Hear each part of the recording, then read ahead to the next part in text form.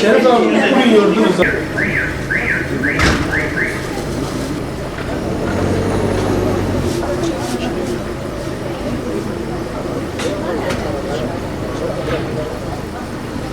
Evet, Mehmet abi.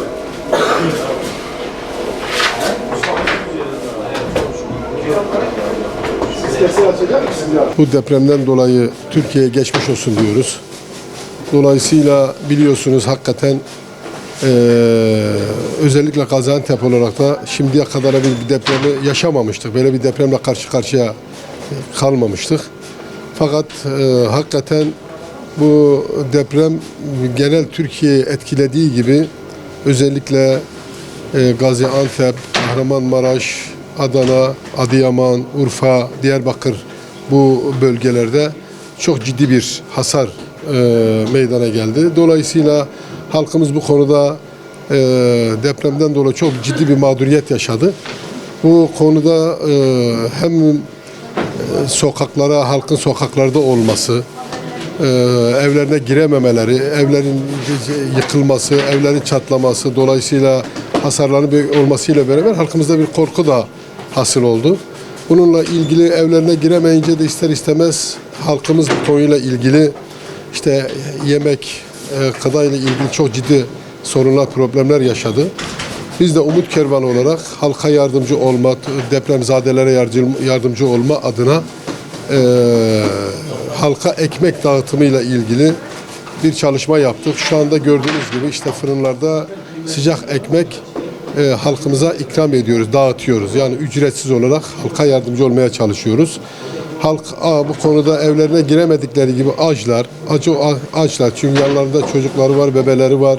Dolayısıyla bununla ilgili halkın hem barınma ile alakalı problemler, halk depremden dolayı evlerine giremedikleri gibi şu anda sokaklarda, araçlarda kalıyorlar.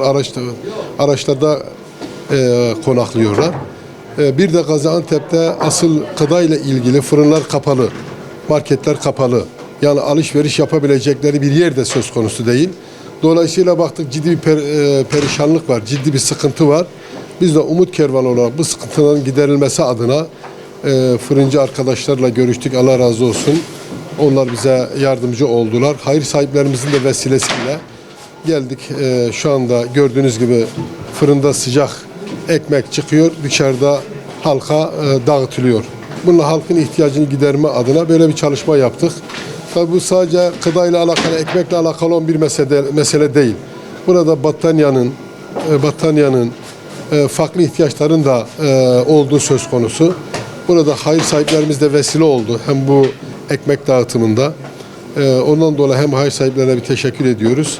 Hem de halkımıza bu konuda inşallah Umut Kervanı olarak bu sıkıntılar geçene kadar, bu deprem hadisesi bir hal olana kadar yardımcı olmaya devam edeceğiz inşallah. Halk genelde şu anda ekmekle ilgili çok ciddi problemleri var. Yani fırınlar kapalı. Antep büyük bir şehir.